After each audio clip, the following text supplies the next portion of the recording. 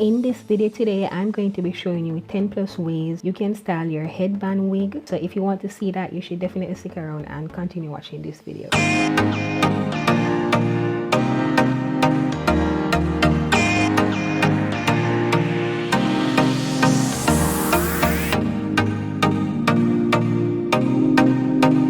So let's get started. The hair that we'll be using today is actually from the previous video that I have up. So if you haven't checked out that video, you should definitely go ahead and do so. I already have a few videos of where I show you guys how you can install a headband wig. So I'm not going to go into details with that, but if you do want to check out those videos, you can also go ahead and do so. I'll leave a link down below in the description box of where you can watch that video.